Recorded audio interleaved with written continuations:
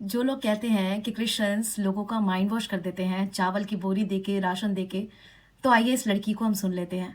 यीशु मसीह धर्म नहीं, जीवन बदलता है।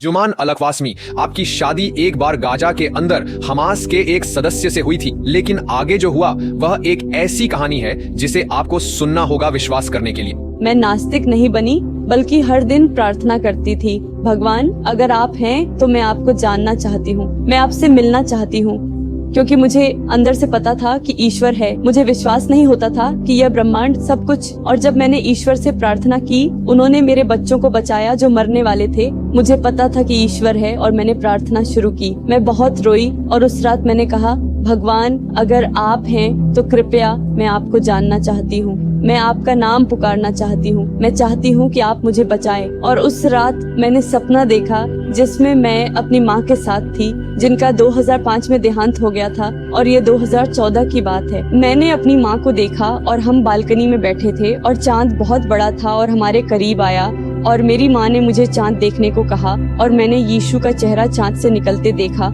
और वो मुझसे अरबी में बात कर रहे थे और उन्होंने कहा, मैं परमेश्वर हूँ यीशु। और वो मुझसे बात कर रहे थे, लेकिन जो मुझे याद है, उन्होंने कहा, तुम मेरी बेटी हो, डरो मत। जब मैं जागी मुझे लगा शायद ये बस एक पल था, पर मुझे लगा कमरे में एक रोशनी थी, जैसे ओ ये सच है। मैंने पहले कभी यशुआ नाम नहीं सुना था, क्योंकि हम उन्हें कुरान में ईसा कहते हैं। मैं कभी ईसाई लोगों के साथ नहीं रही, मेरा समुदाय 100% इस्लामिक है। जब मैं कतर में थी, स्कूलों में 100% इस्लाम था। मेरी गतिविधियां वो इस्लामी केंद्र जाना और कुरान याद करना था। मैंने कभी ईसाई लोगों से नहीं मिली जो मुझे यीशु के बारे में बताते।